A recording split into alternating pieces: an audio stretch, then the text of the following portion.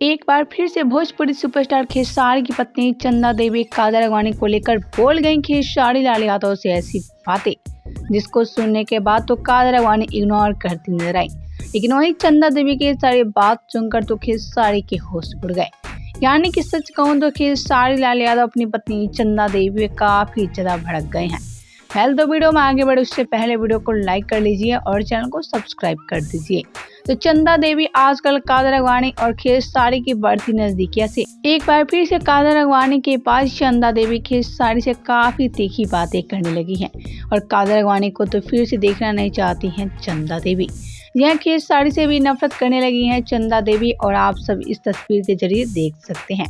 जी हां, आप सभी को हम बता रहे कि अब खेसारी की पत्नी चंदा देवी फिर से खेसारी लाल यादव से मुंह मोड़ने लगी हैं। लेकिन आज तो चंदा देवी हद ही पार कर दिया।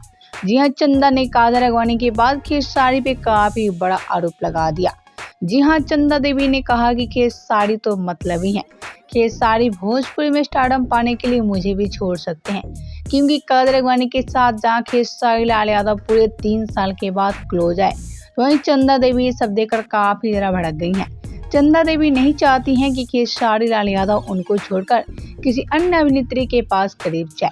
लेकिन चंदा देवी को ये सारी बात समझनी होगी कि फिल्म में काम करने के लिए दूसरे अभिनेत्री के करीब तो जाना ही पड़ता है। चंदा देवी का कहना है कि खेसारी लाल यादव काजल राघवानी के आगे उनको कोई भी वाव नहीं देते हैं।